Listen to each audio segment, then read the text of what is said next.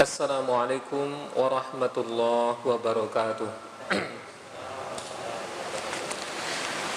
Innal hamdalillah nahmaduhu wa nasta'inuhu wa nastaghfiruhu wa na'udzu billahi min shururi anfusina wa min sayyiati a'malina. May yahdihillahu fala mudilla lahu wa may yudlil fala hadiya lahu. Asyhadu an la ilaha illallah wahdahu la syarika lahu wa asyhadu anna Muhammadan abduhu wa rasuluhu sallallahu alaihi wasallam. Ya ayyuhalladzina amanu taqullaha haqqa tuqatih wa la tamutunna illa wa antum muslimun. Ya ayyuhan nasu taqu rabbakumul ladzi khalaqakum min nafsin wahidah wa khalaqa minha zawjaha wa batha minhuma rijalan katsiran wa nisaa'a. Wattaqullaha alladzi tasaaluna bihi wal arham innallaha kana 'alaikum raqiban. Amma ba'd, fa inna asdaqal hadithi kitabullah wa khairal hadi hadi Muhammadin sallallahu alaihi wasallam wa syarrul umuri muhdatsatuha wa kullu muhdatsatin bid'ah wa kullu bid'atin dhalalah wa kullu dhalalatin finnar.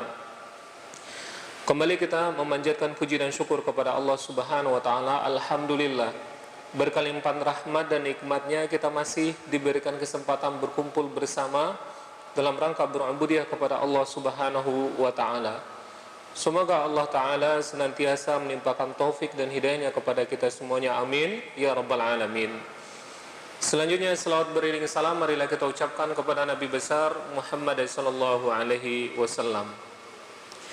Bapak dan Ibu yang dirahmati Allah Subhanahu wa ta'ala, pada kesempatan yang pendek ini antara maghrib dan isya, insya Allah kita akan membahas tema-tema tentang keluarga.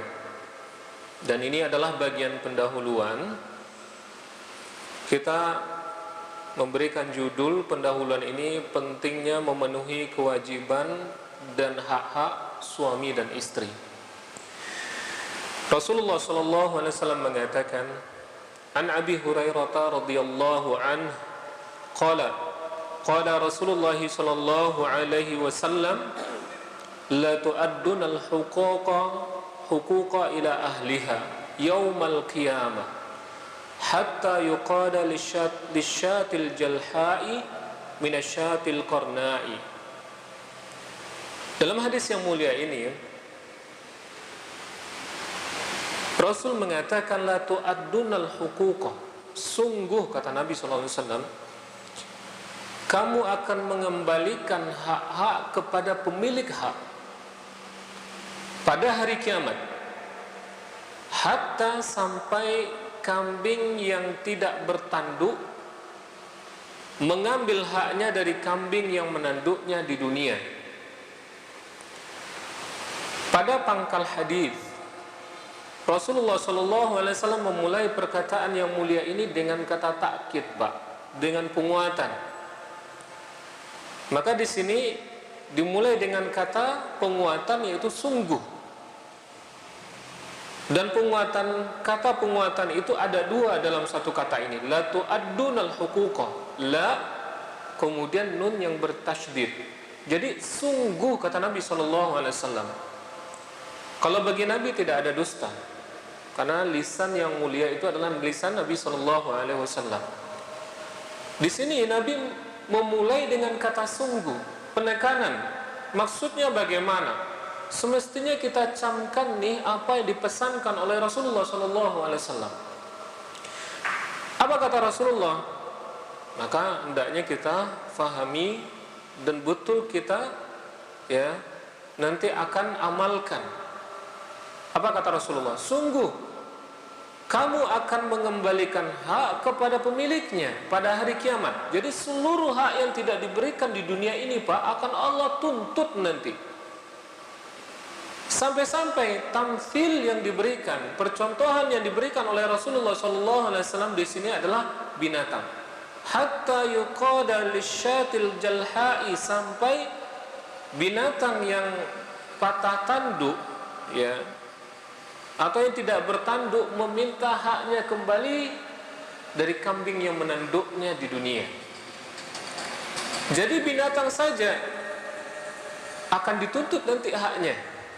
ya, yang tidak dia dapatkan atau haknya yang diambil di dunia ini, apalagi manusia. Begitu juga hak suami dan istri. Jika bapak tidak berikan hak istri, pak, akan dituntut oleh Allah nanti di yaumil akhir. Kalau seandainya ibu tidak memberikan hak suami, Allah akan tuntut nanti. Allah akan tuntut. La dinaran wala dirhaman. Di yaumil akhir nantinya tidak ada dinar dan tidak ada dirham. Pengganti hak itu hanya pahala.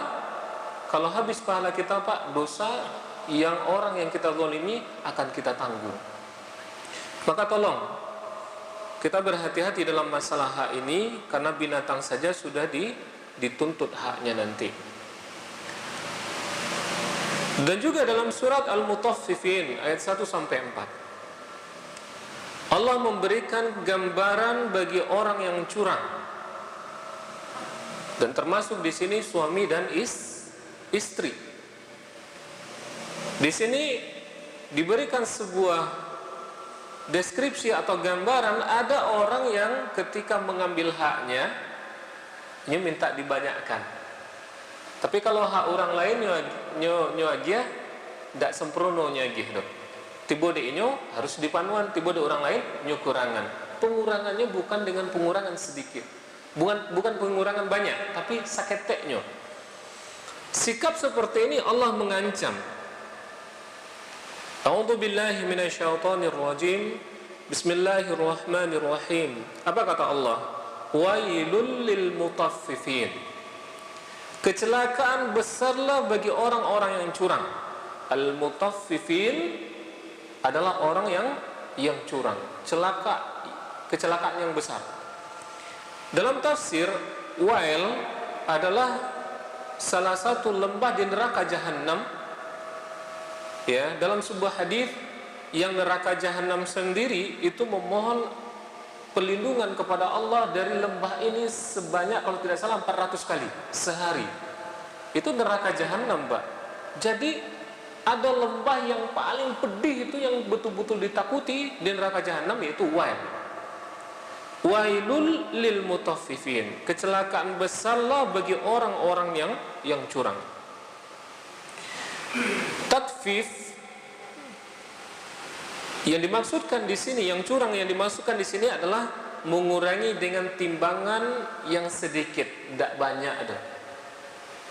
Karena kalau banyak bisa ketahuan oleh manusia, maka dikurangi dengan pengurangan sedikit. Maksudnya bagaimana, Pak? Dia tidak sadar Allah yang menciptakan, Allah yang mengawasi, sebenarnya Allah yang dia curangi. Ya. Alladzina idza iktalu 'alan nasi yastawfun. Orang yang curang itu adalah orang-orang yang apabila menerima takaran dari orang lain, mereka meminta dipenuhi. Jadi kalau orang mau untuk ini, tolong panuan untuk ambo. Kalau suami, ambo kan pemimpin, tolong panuan untuk ambo. Hak ambo lagi sadonya. Tapi hak istrinya dikurangi seketek-seketek. Dan istri juga terancam dalam masalah ini. Ketika hak inyo minta kepada suaminya, nyo minta dipenuhi. Sedangkan hak suaminya nyo kurangi seketek-seketek. Alladzina idza talu 'alan nasi yastawfun, yaitu orang-orang yang apabila menerima takaran dari orang lain, mereka meminta untuk dipenuhi. Wa idza kaluhum aw wazanuhum yukhsirun. Lalu Allah mengatakan, dan apabila mereka menakar atau menimbang untuk orang lain, yukhsirun, maka mereka mengurangi. Ya. Ala yadhunnu ulaika annahum mab'utsun. Ya. Tidaklah orang-orang itu menyangka bahwa sesungguhnya mereka akan dibangkitkan. Jadi dalam gambaran ayat ini, Pak, ada ancaman yang besar bagi orang yang curang, walaupun seketeknya. Bahkan yang menyangka mungkin Allah tak akan tahu. Maka suami tolong hati-hati, istri juga tolong hati-hati. hati-hati. Kita terancam dalam masalah ini, Pak. Kemudian Allah Ta'ala juga berfirman dalam surah Al-Baqarah ayat 33 sampai 36. A'udzu billahi minasyaitonir rajim. Fa idza ja'atis sakhah. Nah, apabila datang suara yang memekakkan, artinya tiupan sangkakala yang kedua. Yauma yafirrul mar'u min akhihi wa ummihi wa abihi wa sahibatihi wa banihi likulli imri'in minhum yawma idzin sya'nun yughni. Dan apabila datang suara yang memekakkan, artinya tiupan sangkakala yang kedua, pada hari ketika manusia lari dari saudaranya. Jadi ada seorang lari dari saudaranya. Wa ummihi wa abi, lari dari ibunya, lari dari bapaknya. Wa sahibatihi wa bani, lari dari istri, lari dari anak-anaknya. Jadi kalau sudah gambaran yaumil akhir ada seperti ini, Pak, ya, ini pasti akan terjadi. Gambarannya ada manusia, seorang laki-laki yang lari dari istri dan lari dari anak, lari dari ayah, lari dari ibunya, lari dari saudara-saudaranya. Setiap orang atau setiap mereka pada hari itu mempunyai urusan yang menyibukkannya. Lalu kenapa mereka lari? Ulama mengatakan, ahli tafsir mengatakan bahwasanya mereka lari ya karena ia tidak ingin dituntut oleh orang-orang yang terdekat. Siapa orang terdekat tadi, Pak? Saudaranya. Siapa lagi? Ayah dan ibunya. Siapa lagi? Istri dan anak-anaknya. Jadi kalau disebutkan istri dan anak-anaknya, berarti salah satunya suami yang lari. Ya. Jadi rupanya di yaumil akhir juga digambarkan bahwasanya ada orang yang takut ya karena memang haknya tidak diberikan, hak orang lain tidak diberikan di yaumil akhir. Kemudian maka Rasulullah sallallahu alaihi wasallam mengatakan, "Fattaqullaha fin nisa'i." Bertakwalah kamu kepada Allah tentang wanita. Fa innakum akhadhtumuhunna bi amanillah, karena sesungguhnya kamu mengambil mereka dengan amanah dari Allah. Wastahlaltum furujahunna bi kalimatillah, dan kamu halalkan ya kehormatannya dengan kalimat Allah Ta'ala. Maka di sini Rasul mengatakan tolong bertakwalah kepada Allah fin nisa, ya, tentang wanita, maksudnya istri, Pak, istri. Maka kita diminta bertakwa kepada Allah. Kenapa? Karena sesungguhnya kita telah mengambil mereka itu bi amanillah, dengan amanah dari Allah Ta'ala. Ya. Dan dihalalkan kemaluannya atau kehormatannya dengan kalimat Allah Ta'ala, kalimat Allah Ta'ala. Maka banyak dalil-dalil yang mengatakan bahwasanya dalam masalah wanita, masalah istri, masalah anak-anak, maka bertakwalah kepada Allah. Nanti coba lihat surat At-Talaq, ya. Dalam masalah bercerai saja Allah minta tolong bertakwa, ya. Ini mau menikah, yang amanah dari Allah, bertakwalah. Sampai bercerai pun bertakwalah kepada Allah Subhanahu wa ta'ala. Maka Bapak dan Ibu dirahmati Allah Subhanahu wa ta'ala, kalau begini gambaran dari dalil-dalil, maka semestinya tekad seseorang menikah itu betul-betul dia bertekad menjalankan amanah Allah Ta'ala. Maka yang paling benar, salah satu niat dari menikah itu adalah menegakkan hukum-hukum Allah dalam rumah tangga.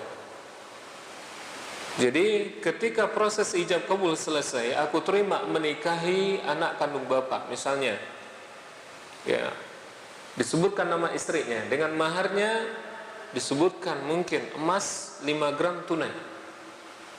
Maka detik itu dia bertanggung jawab atas agama istrinya. Bertanggung jawab, Pak, atas agama istri. Dan detik itu juga dia harus, ya, begitu juga sebelumnya meniatkan menikah itu adalah untuk menegakkan hukum-hukum Allah dalam rumah tangga. Maka Bapak dan Ibu yang dirahmati Allah Subhanahu wa taala, mulai sekarang bagi kita targetkan dalam rumah tangga itu betul-betul menegakkan hukum Allah. Bapak dan Ibu yang dirahmati Allah Subhanahu wa taala. Selanjutnya dalam kitab Fikih Ta'amul Baina Zawjain, ya, Syekh Mustafa Al-Adawi menulis tentang beberapa kewajiban suami dan kewajiban istri, atau hak suami dan istri. Maka Masya Allah, disinilah kita belajar sebenarnya ini loh garis yang harus kita lalui sebagai suami, dan sebagai istri ini loh yang harus kita jalani. Dan alhamdulillah di sini mungkin sudah banyak pengalaman ya Pak ya, sudah tua-tua, alhamdulillah semangat datang kajian. Nah sekarang kita coba lagi membahas tentang bagaimana kita sebagai suami Pak. Kita mulai sebagai suami ya Pak ya, apa sih hak kita, kewajiban kita, dan apa hak istri kita. Pembahasan yang pertama tentang tugas bapak sebagai suami, kewajiban bapak sebagai suami. Dalam bab yang pertama pembahasan qawamatur rajuli 'alal mar'ati, kepemimpinan suami terhadap istrinya. Jadi di sini Syekh membahas pada kali pertama tugas salah seorang suami adalah menjadi pemimpin. Di sini Syekh menyebutkan beberapa dalil dan insya Allah akan kita sarahkan. Beliau menyebutkan kullu baitin yalzimuhu qayyimun yaqumu alaihi wa yudabbiru amrahu wa yasusuhu wa yahfaduhu wa yar'ahu wa hadzal qayyimu yanbaghi an yusma' lahu wa yuta' ma lam ya'mur bi ma'siyatillahi subhanahu wa ta'ala. Bapak dan Ibu dirahmati Allah Subhanahu wa ta'ala, beliau menyebutkan setiap rumah tangga mesti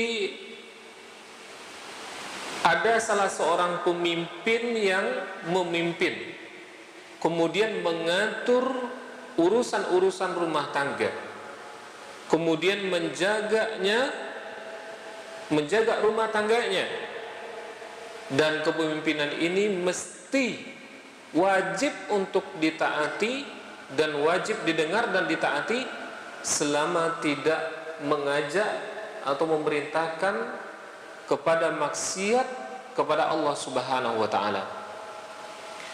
Lalu beliau mengatakan wa hadzal qayyimu 'alal baiti wa huwa ar-rajul. Pemimpin itu bapak, laki-laki Pak, bukan perempuan.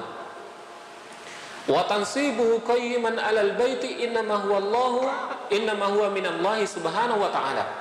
Dan tolong diingat, yang mengangkat kita jadi pemimpin itu adalah Allah Ta'ala. Maka dikatakan amanah Allah tadi Pak, dan bukan manusia. Sebagaimana Allah mengatakan dalam surah An-Nisa, ar-rijalu qawwamuna 'alan nisa bima faddalallahu ba'dahum 'ala ba'din wa bima anfaqu min amwalihim. Laki-laki itu adalah pemimpin terhadap istrinya. Kenapa? Karena dua faktor. Faktor pertama itu karena Allah lebihkan dia daripada istrinya. Faktor kedua adalah karena dia yang berkewajiban menafkahi istrinya. Jadi dalam pangkal ayat Allah mengatakan ar-rijalu qawwamuna 'alan nisa. Seorang suami adalah pemimpin bagi istrinya. Qawwam, ini jangan salah-salah kita mengartikan, karena sebagian dari para suami menjadikan ayat ini Pak sebagai pembelaan terhadap dirinya. Ya, ada enggak bapak-bapak yang mengatakan kepada istrinya ketika ada masalah, ambo ko pemimpin. Ketika hak ndak diagih misalnya, lalu nyekeceng kepada istrinya, ar-rijalu qawwamuna 'alan nisa. Laki-laki ko pemimpin terhadap istri. Ada enggak Pak? Ada. Dan memang saya melihat sampai kepada orang yang faham dengan beberapa dalil saja, banyak yang menyalahgunakan ayat ini. Ada Pak, karena di kantorku itu banyak masalah, lalu dia mendoktrin istrinya dengan mengatakan saya pemimpin. Lalu apa makna pemimpin di sini Pak? Ibnu Katsir mengatakan pemimpin itu, dan juga dalam tafsir yang lain, hakim 'alaiha, ya, yaitu wali, hakim, atau rois, kepala rumah tangga. Betul, kita kepala rumah tangga. Kemudian hakim, yang memutus perkara. Kemudian apa lagi? Ya, yang membantu rumah tangga, yang memelihara rumah tangga. Jadi pemimpin itu bukanlah dimaksudkan seorang laki-laki, ya, berada di atas istrinya dalam makna egonya, enggak. Tapi adalah tugasnya secara agama. Maka tidak enak saja mungkin seorang suami pulang ke rumah, lalu dia langsung saja menganggap istrinya ini adalah bawahannya. Perintah ini perintah itu, bukakan sepatu, buat teh telur, ambil ayam, masaknya masak ikut. Tidak semestinya, tidak seperti itu Pak. Tidak. Tapi maksudnya adalah bapak yang bertanggung jawab sebagai hakim, bapak yang bertanggung jawab, yang memelihara dan membantu istri di rumah, ya, menyelamatkan rumah tangga ini di tangan bapak. Mau berjalan rumah tangga ini, mau runtuh rumah tangga ini, kita yang bertanggung jawab kepada Allah Subhanahu wa ta'ala. Lalu tugas kepemimpinan itu, sebelum kita melihat bagaimana Allah mengambil alasan kenapa bapak jadi pemimpin, dalam surah At-Tahrim Allah memberikan gambaran tugas kepemimpinan itu. A'udzubillahi minasyaitonirrajim. Ya ayyuhalladzina amanu qu anfusakum wa ahlikum nara. Wahai orang-orang yang beriman, ya, peliharalah atau jagalah anfusakum, dirimu, wa ahlikum, yang kedua adalah ahlimu, maksudnya istri dan juga anak-anak, nara, dari api neraka. Di sini Allah mengatakan tugas sebenarnya dari kepemimpinan salah seorang suami adalah tugas agama. Dia yang mendidik istrinya, dia yang menjaga istrinya dari api neraka. Dan susunan ayat di sini Allah mengatakan ku anfusakum, jagalah dirimu. Jadi step pertama, langkah pertama, Allah perintahkan jaga dirimu kita dulu Pak. Kemudian yang kedua ahlikum, istri dan juga anak-anak, nara, dari api neraka. Dalam realitas Pak, kita melihat ada orang yang memahami ayat ini sebagai pemimpin. Dia perintahkan istrinya sholat, anaknya sholat, tapi dia tidak sholat. Dia antar anak-anaknya sholat subuh, tapi dia sholat di rumah atau mungkin tidak sholat. Salah. Kenapa?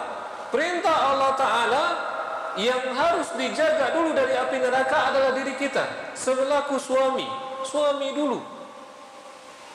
Setelah itu wa ahlikum, yang kedua adalah istri dan juga anak-anakmu dari api neraka. Jadi Bapak, ya, tugas pertama itu tolong jaga diri kita. Setelah itu jaga istri dan anak-anak kita dari api neraka. Dan Allah tidak berfirman di sini, ku anfusakum wa ahlikum fakira. Jagalah dirimu dan istri dan anak-anakmu dari kemiskinan atau dari fakir, Pak. Enggak. Jadi tujuan Bapak sebenarnya ketika kita menyelesaikan prosesi ijab kabul dari dahulu, sebenarnya tugas Bapak itu tolong jaga diri kita, tolong jaga istri kita dan anak-anak kita dari api neraka. Ini tugas yang paling besar di hadapan Allah Subhanahu wa taala. Sehingga dalam tafsirannya addibuhum wa'allimuhum, tolong didik mereka, tolong ajari mereka kepada agama, Pak, kepada agama. Maka dalam sebuah kisah, Umar bin Khattab didatangi salah seorang bapak-bapak. Bapak-bapak ini mengadu kepada Umar, wahai Umar, anakku durhaka kepada aku. Lalu Umar memerintahkan, panggil anakmu. Didatangkan anak ini, datang anak ini. Lalu ditanya oleh Umar radhiyallahu an kepada anak ini, wahai anak, kau durhaka kepada orang tuamu? Anak tadi menjawab, ya, sebelum saya jawab, saya ingin bertanya dulu, wahai Umar, Khalifah, apa hak saya selaku anak yang harus saya dapatkan kepada dari bapak saya ini? Umar sebutkan 3. Yang pertama, kata Umar, carikan ibu yang baik, ibu yang salihah. Yang kedua, ini bagi yang belum menikah, silakan dicatat, carikan ibu yang baik untuk anak nantinya. Kalau yang sudah menikah mau tambah, berarti juga ada tugas ini, Pak. Yang kedua, ya, yang kedua, tolong beri nama yang baik, kata Umar. Yang ketiga adalah ajari dia Al-Quran. Ini hak anak. Coba bayangkan, hak anak. Cari ibu yang solehah. Jadi mana sedang mencari, hak anak itu sekarang lah harus kita jalankan. Cari istri yang solehah. Setelah dia lahir, beri dia nama yang baik. Nanti ajari dia Al-Quran atau ajari dia agama. Lalu apa jawab anak? Wahai Umar, Amirul Mukminin, Khalifah, saya tidak pernah diberi hak saya satupun. Ibu saya bukan ibu yang solehah, nama bukan nama yang baik. Ayah saya tidak pernah ajari saya Al-Quran. Lalu apa kata Umar? Wahai bapak, ya, engkau telah durhaka dulu kepada anakmu sebelum anakmu durhaka kepada engkau. Di sini Umar mengatakan kepada bapak itu bahwasanya dia durhaka dulu kepada anaknya sebelum anaknya durhaka kepada dia. Kenapa hak anak tidak diberikan? Maka ada orang tua yang durhaka, seorang suami yang durhaka. Tadi yang mengadu itu adalah suami, Pak, suami yang durhaka kepada anak dan kepada keluarganya, kepada istrinya. Maka tolong berikan hak anak itu. Sehingga dalam sebuah hadis Rasulullah sallallahu alaihi wasallam mengatakan, "Thalathatun qad harramallahu alaihimul jannata." 3 orang yang Allah haramkan masuk neraka, masuk surga. Coba di sini Nabi sallallahu alaihi wasallam, Pak, magi tahu kepada kita ada 3 orang yang haram untuk masuk surga. Sungguh Allah haramkan bagi 3 orang ini surga, kata Nabi sallallahu alaihi wasallam.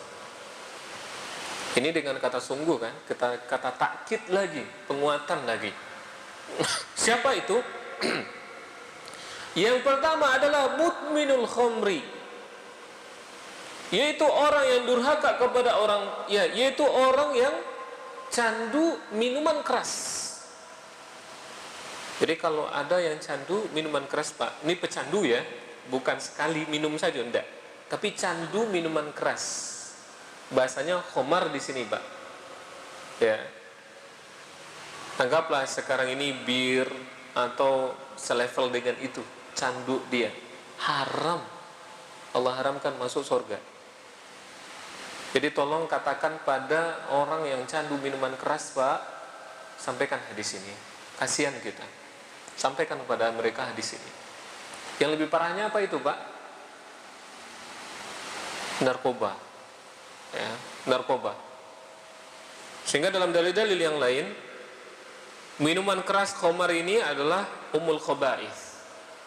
Ya, induk dari kemaksiatan. Dengan itu bisa orang membunuh, bisa orang berzina, ya, bisa orang merampok karena minuman keras. Maka alhamdulillah pemerintah kegiatan salah satunya adalah menghentikan narkoba karena induknya di situ. Tanyalah semua polisi kalau tidak. Dengan itu orang berzina, dengan itu orang merampok. Kejahatan banyak dari narkoba. Ummul khaba'is itu, ya, induk kejahatan itu. Yang kedua, yang haram masuk surga itu wal'aku, yaitu orang yang durhaka kepada orang tua. Orang yang durhaka kepada orang tua. Masih punya orang tua, Pak? Kalau masih punya orang tua, jangan durhaka.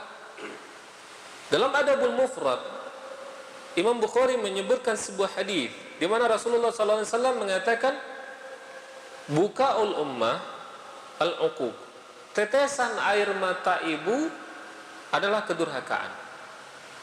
Jika orang tua kita, ibu kita sempat menetes air matanya karena tingkah laku kita, maka ini adalah bagian dari kedurhakaan. Maka orang yang sifatnya betul-betul durhaka pada orang tuanya, terancam dia tidak akan masuk surga. Haram masuk surga orang seperti ini. Ini Nabi sendiri yang mengatakan seperti itu. Yang ketiga, yang kita sebut dalam pembahasan ini, waddayuthul ladzi yukirru fi ahlihi al-khubatha, yaitu salah seorang suami yang menyetujui terjadinya maksiat dalam rumah tangga. Khubatha, dosa dalam rumah tangga. Contoh, ada suami-suami yang biasa saja ini membiarkan istrinya buka aurat keluar rumah. Anak perempuannya tidak pakai jilbab keluar rumah. Ya, santai aja. Dayus, Pak. Kalau memang sifatnya seperti itu, dayus. Suami seperti ini, dayus. Ada tidak orang seperti ini, Pak? Sedikit atau banyak? Nah, atau seseorang ini, masya Allah, ini punya anak perempuan, lalu anak perempuannya dijemput oleh laki-laki yang bukan mahram, lalu minta izin laki-laki tersebut kepada si bapak ini, ya, Pak, anak Pak, ambo bapak, oh nak badoh, silakan biko balian balik, gitu. Rupanya lagi di balian jam 9 malam. Wah, si bapak ini bangga, anak ambo laku, dan yang membawanya tanggung jawab, membalian balik. Dayus, Pak. Kenapa dayus? Kenapa dayus? Kata Rasulullah SAW, la ayyuta'ana fi ra'si ahadikum, ditusukkan jarum das dari besi yang panas di ubun-ubunmu, kata Nabi SAW, khairul lakum, lebih baik bagimu ketimbang kamu memegang wanita yang tidak dihalalkan. Kalau tidak salah matanya min ayyamassa al-mar'ati la tahillu lahu. Ya. Lebih baik bagi kita ditusukkan jarum dari besi yang panas di ubun-ubun kita ketimbang kita memegang wanita yang tidak dihalalkan. Jadi kalau memegang wanita yang tidak dihalalkan saja itu berat, lebih berat, Pak. Lebih berat azabnya daripada besi yang ditusukkan di atas ubun-ubun. Nah, ini anak kita. Ada anak orang, ya, ayahnya, ayo bawa anak umbo, bayi bonceng badua kok bersentuhan apa enggak? Ya, kemudian dibawa makan tepi laut, tengah laut, ya, apalagi setelah apa ini, baru tahun baru, ya, tahun baru. Saya pernah juga, Pak, keluar tahun baru untuk memantau seperti itu, karena di kecamatan saya itu, di kantor KUA itu paling banyak maksiat. ya, diadakan tahun baru di Kecamatan Padang Barat waktu itu. Ya, tepi pantai itu Pak, luar biasa, muda-mudi Pak, berpasang-pasangan. Iku anak siala iku. Siapa yang tanggung jawab di hadapan Allah nanti? Dan apa yang dia lakukan? Pelukan, pegangan, ciuman. Siapa yang bertanggung jawab Pak? Siapa yang bertanggung jawab? Maka, Masya Allah Pak, ya, dulu saya pernah pindah ke Kuak yang baru. Nah, bulan Februari itu banyak, bulan Maret itu banyak yang nikah tapi hamil. Prakteknya dia mulai dari tahun baru itu, karena tahun baru bebas malamnya bagaimana. Siapa yang tanggung jawab Pak di hadapan Allah?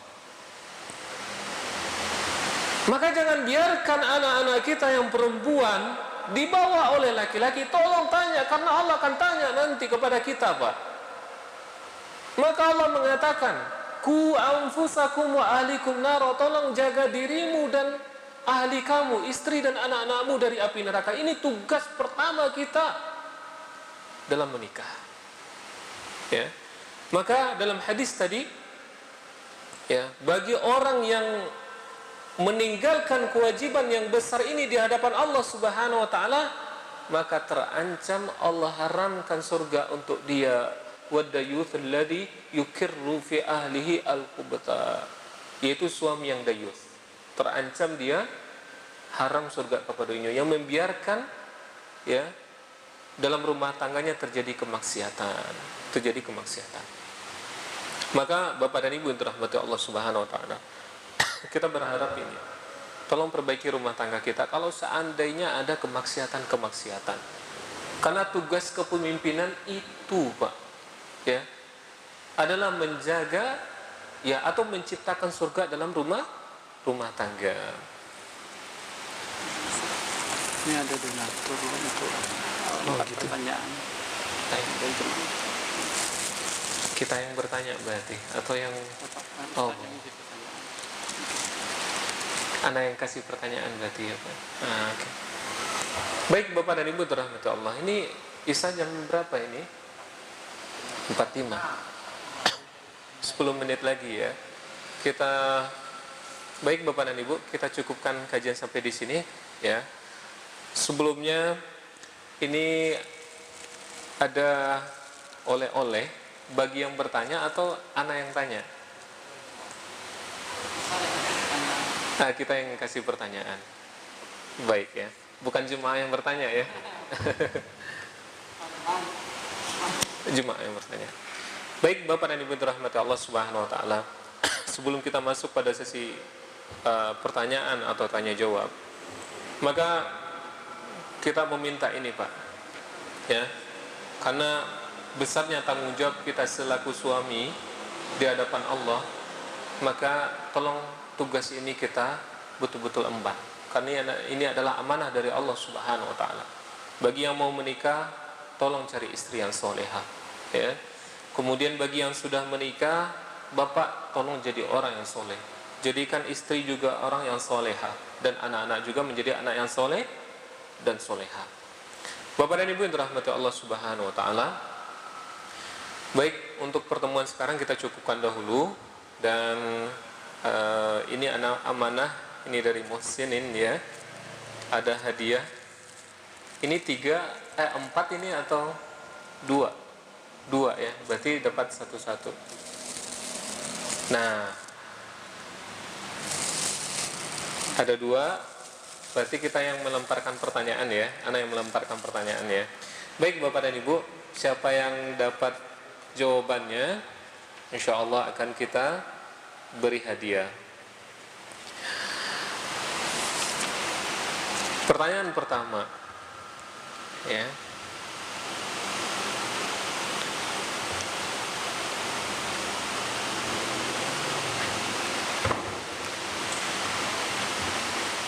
Sebutkan, ini mudah-mudahan tidak susah ya Pak ya. Sebutkan ayat yang menyatakan, ya, adanya kecelakaan besar bagi orang-orang yang berbuat curang. Silakan Pak. Bisa Bapak lanjutkan? Surat, coba Pak sebut ayat yang pertama. Coba. Iya, silakan Pak. Oh iya. Dapat jawabannya Pak? Al-Mutaffifin. Alhamdulillah ya. Suratnya adalah surat Al-Mutaffifin. Ayatnya Bismillahirrahmanirrahim. Wailul lil mutaffifin.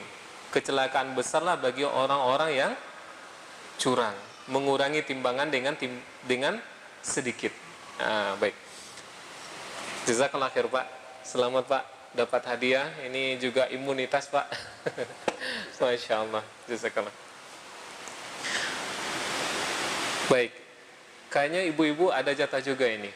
Ini untuk satu untuk ibu-ibu nggak apa-apa ya. Kalau ada dapat, kalau enggak kita lempar lagi kepada bapak-bapak. Ibu-ibu, sebutkan. Pertanyaan untuk ibu-ibu ini ya.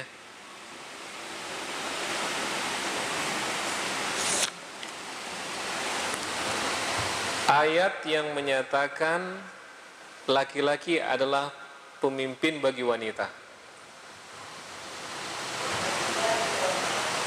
Coba tunjuk Bu. Coba apa Bu?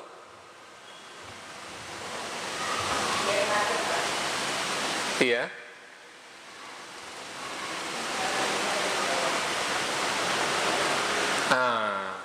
Ar-rijalu qawwamuna 'ala nisa. Apa artinya Bu? Laki-laki pemimpin bagi wanita. Selamat Bu. Kita yang mudah-mudah dulu ya Pak ya, biar semangat. Oke, silakan untuk ibunya. Ini plastiknya tolong dikasih sama plastiknya. Selamat Bu.